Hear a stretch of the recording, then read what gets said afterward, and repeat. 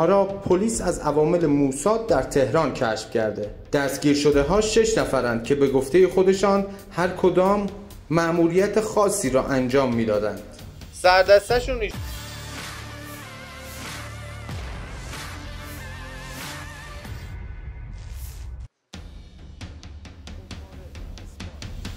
Otoritas Keamanan Iran kembali mengungkap aktivitas jaringan intelijen asing di dalam negeri. Pada Rabu 25 Juni 2025, sebuah rekaman yang diunggah di Telegram memperlihatkan sekelompok agen Mossad yang ditangkap di Teheran, lengkap dengan berbagai jenis senjata yang telah dirakit dan diduga siap digunakan untuk menyerang target di Iran. Dalam video tersebut, para agen yang ditangkap terlihat mengenakan pakaian tahanan berwarna khas dan dijaga ketat oleh pasukan keamanan.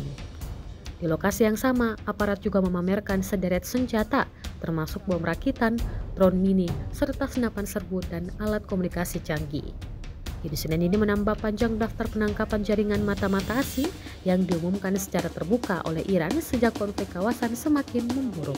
تو عملیاتتون شرکت کنم، بیام تو مثلا تو ایران هر عملیاتی شما بگید انجام بدم. بعد گفتم مثلا برین فلان جا مترو، مثلا اونجا وایسید یه بیابون بود، گفتم به اونجا تک تکی میان.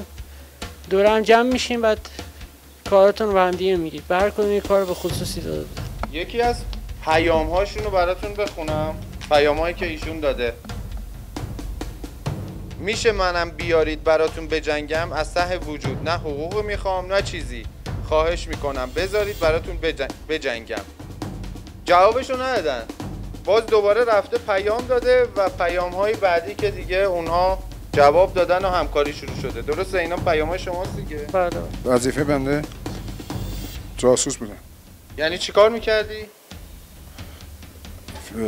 براشون فیلم میفرستادم. موتور سوارشون بوده. خب چطوری آشنا شدی با اینا؟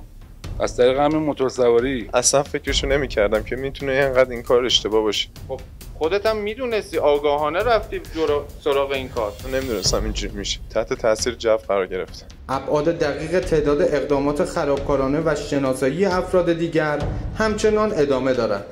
قدیر نظری، خبرگزاری صدا و سیما. Download Tribun X sekarang, menghadirkan lokal menjadi Indonesia.